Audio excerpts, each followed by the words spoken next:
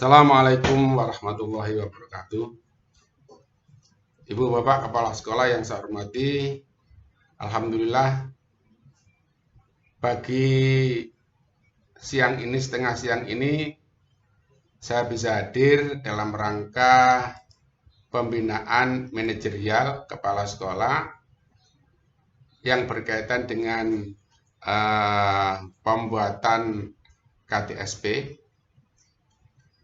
Jadi untuk itu Bapak Ibu yang saya hormati, KTSP adalah merupakan pekerjaan kita yang rutin setiap tahun bisa kita lakukan. Tetapi Bapak Ibu yang saya hormati, karena ini adalah merupakan waktu yang tidak biasanya, maka perlu saya dan berkewajiban untuk memberikan informasi-informasi yang berkaitan dengan pandemi COVID.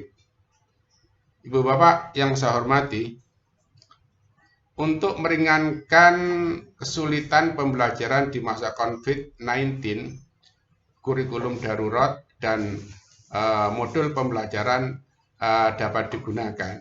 Jadi kali ini saya ingin menyampaikan hal yang berkaitan dengan pandemi COVID. Jadi Bapak Ibu, kita sebenarnya diberikan kelonggaran oleh Dinas Pendidikan, bisa juga menggunakan kurikulum K13, menggunakan kurikulum darurat atau menggunakan kurikulum K13 yang dikondisikan atau mungkin dikaitkan dengan situasi dan kondisi sekolah, misalkan untuk sekolah-sekolah yang berbasis pondokan. Untuk itu Bapak Ibu yang saya hormati, perlu saya sampaikan di sini bahwasanya kurikulum darurat dalam kondisi khusus.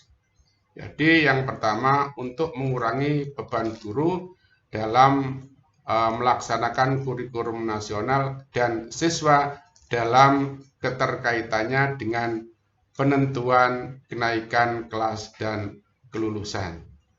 Dan juga disiapkan untuk jenjang dasar menengah termasuk pendidikan khusus.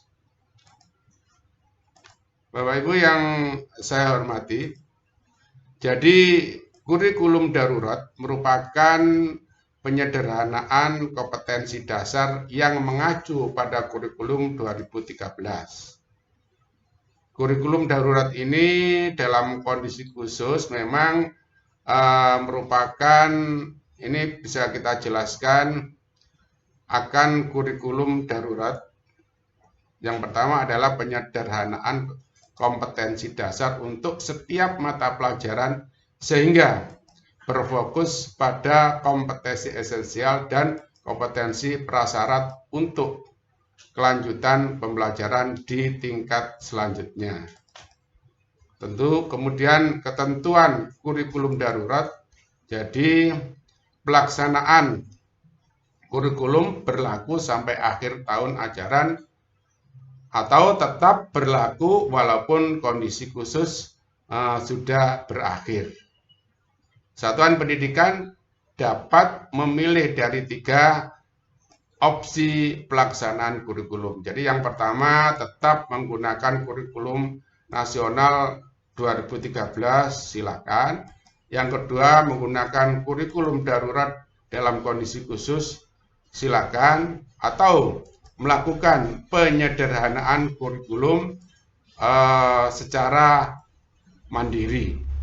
Bapak Ibu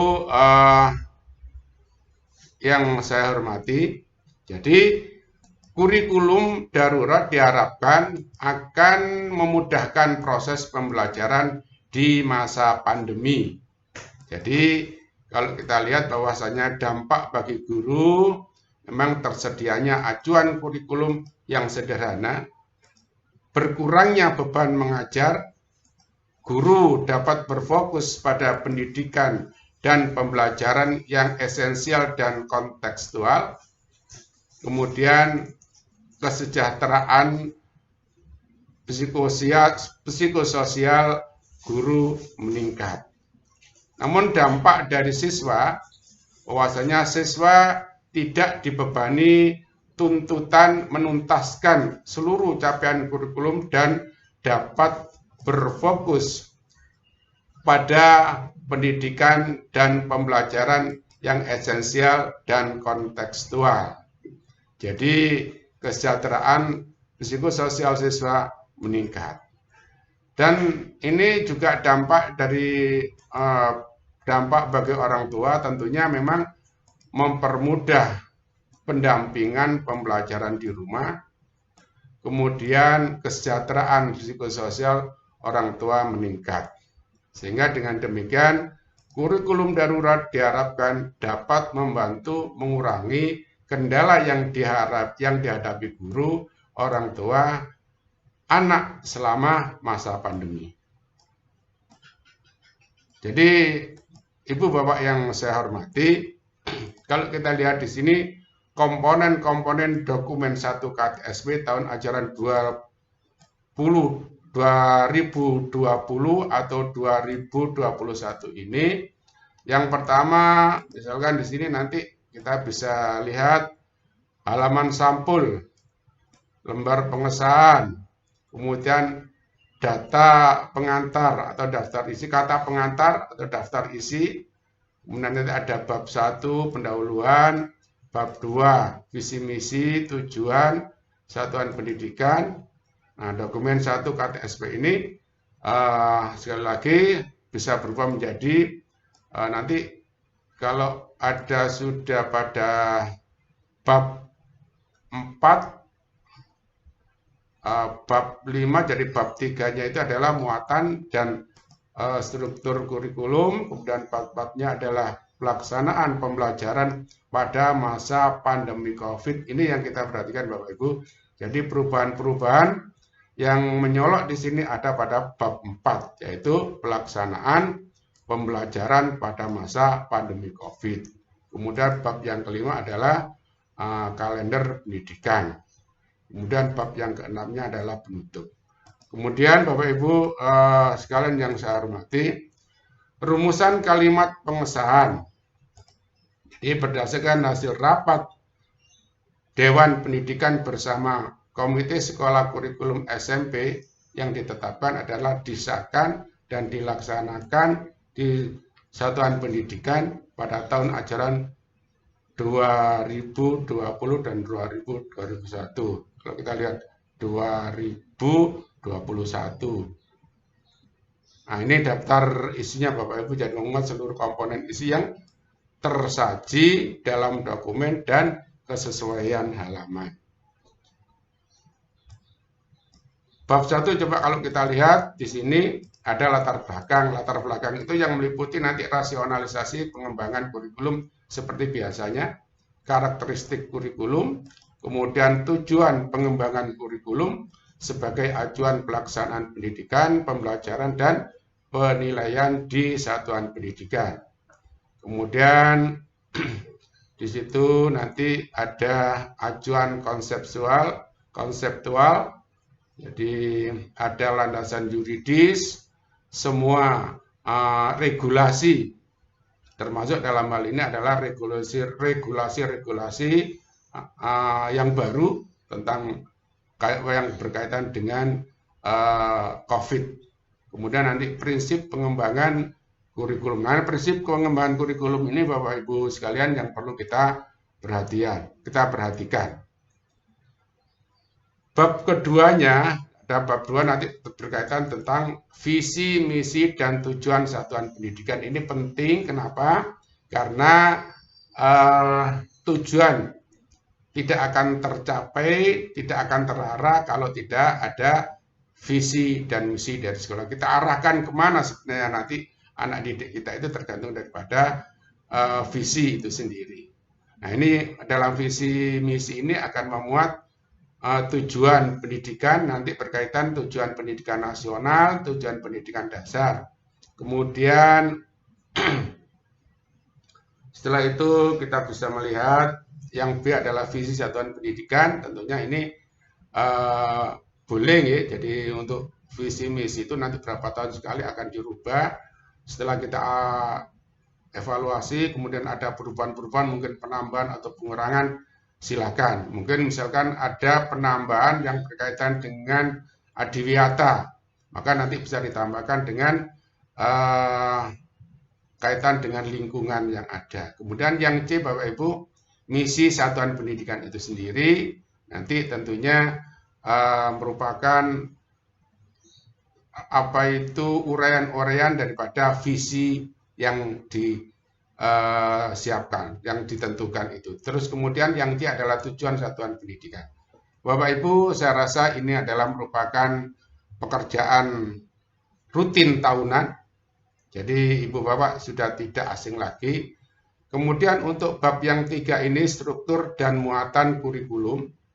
Nanti yang berisi tentang kompetensi inti, kemudian kompetensi dasar, kemudian ada mata pelajaran, ada beban belajar, kemudian bisa juga ada muatan-muatan pembelajaran, kompetensi muatan lokal, kegiatan pengembangan diri, KKM, kriteria kenaikan kelas, dan kriteria kelulusan. Bapak Ibu, yang saya hormati, ini kaitannya tentang bab yang keempat.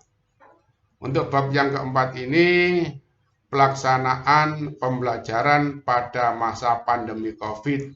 Ini tentunya tidak sama dengan tahun-tahun sebelumnya. Disinilah adanya perubahan-perubahan yang memang harus dilaksanakan sesuai dengan prinsip-prinsip yang sudah ditetapkan, baik itu oleh provinsi, oleh daerah, mungkin juga oleh nasional.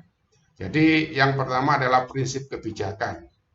Itu tentunya nanti ada surat edaran, ada yang dari kabupaten, mungkin juga ada juga dari provinsi dan lain sebagainya. Kemudian kita lihat alternatif model pembelajarannya. Mungkin kalau dulu bisa di kelas dilaksanakan bertatap muka, tetapi sekarang pelaksanaannya harus tatap maya, tidak boleh tatap muka. Ini yang perlu kita perhatikan Bapak Ibu sekalian. Jadi demi kehati-hatian kita bahwasanya dalam pelaksanaan pembelajaran pada saat ini tidak diperkenankan dalam tatap muka. Kemudian nanti mungkin juga ada pembelajaran luring dan juga ada pembelajaran daring. Bapak Ibu yang perlu dimengerti bahwasanya pelajaran luring adalah pembelajaran yang di luar jaringan. Sehingga nanti mungkin Bapak Ibu memberikan tugas anak-anak mengerjakan, kemudian nanti berapa waktunya bisa ditentukan. Tetapi berbeda dengan pelajaran daring. Kalau pelajaran daring Bapak Ibu yang saya hormati, ini adalah berkaitan dengan jaringan. Tentunya dalam hal ini mungkin tidak semua siswa untuk bisa melakukan pelaksanaan pembelajaran daring karena keterbatasan, mungkin ada juga siswa yang tidak memiliki perangkat. Untuk itu tentunya bagaimana nanti caranya Bapak Ibu guru mengemas dalam pelaksanaan pembelajaran supaya tetap dia berjalan dengan baik. Bapak Ibu yang saya hormati, sekali lagi disinilah pentingnya tetap pelaksanaan pembelajaran di masa COVID ini tidak boleh berhenti dan harus dijalankan.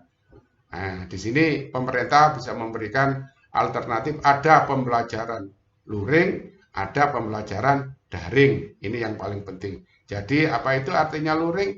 Luring adalah pembelajaran di luar jaringan.